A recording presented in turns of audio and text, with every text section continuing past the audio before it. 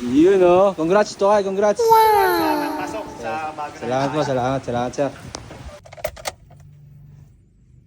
Yes, waiting na lang tayo sa ating kasama. Mag-dismantle ng dalawang split type, isang window type, at i-install. Yo, let's go!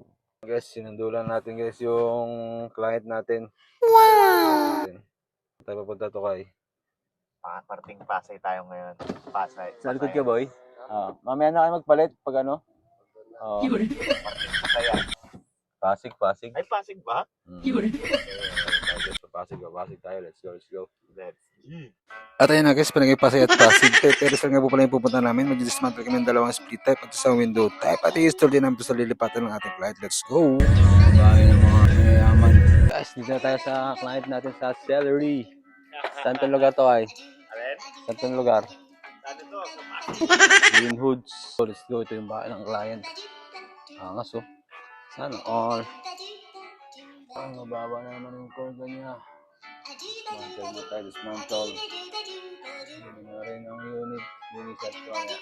Pag-install. Ito yung mga unit na tatanggalin natin guys. Second unit. Natanggal na natin yung first unit. Second unit tayo. Second unit. Nalagay yung first unit. Tanggal na po natin. Ito yun siya. Kaya sa pangalawa, let's go. Pababa. Hila pababa. Yung pangalawang unit, medyo mababa na rin yung preo niya. Tapos ganoon. Mamaya check natin pag nalinis kung babalik siya. Agad mo na close yan. Pwede ka sa baba.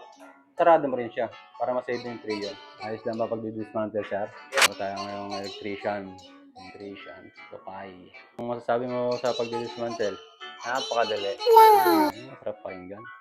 Pero yung pawis ko taga-tap na. Nahanap mo yun yung fittings. Yung connecting ng indoor at outdoor para matanggal. Nabalatan nito tayo.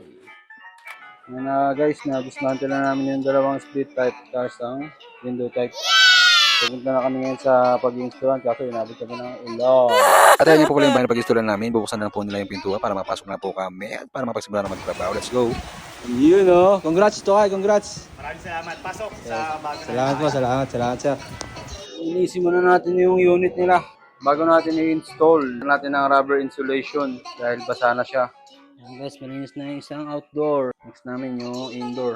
Let's go. Tapos kami sa isang unit. Bali, ganito lang ka-basic dismantle or magbaklas ng mga unit.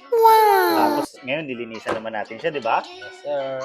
Para naman matuwa si client. Ilang basta baklas kabit. Kailangan may linis din, di ba? All goods. Ito naman guys yung pangalawang outdoor. Hindi na rin. Linisin na rin muna natin siya. Tapos na tayo sa first unit. Ayan po yung pangalawa. Tapos na yung pangalawang outdoor. At binubuo na rin yung una. Ayan guys. Anong masabi mo sa trabaho natin, Tok? Hindi gagalawan, hindi mangyayari eh. Pinakain tayo ni Bossing. Yan si Bossing. So, tira tayo. Salamat po, Bossing. At ayun na guys, patasan kumain. Minakbakan kaya na may window type. Hindi namin na-videohan or gusto na yan. Dismantle. Yan ang unit. At ayun na guys, i-install na namin yung unang unit. Pero may nakalagay pa pala na unit. Ayaw po nilang ilipat sa ibang lugar yung copper tubing niya. Kaya doon pa rin po ilalagay sa taas. Kaya tinanggal na namin yung old unit. Para may lagay na namin yung unit na ipapalit. Let's go! dito, Kay. Takot dito ah. Dilim ka mo. Para mailawan mo din ako.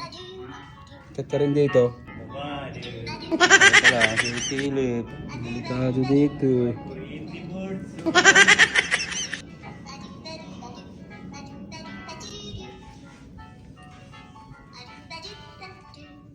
Dito lang pala nakalagay. Ay, katala pala.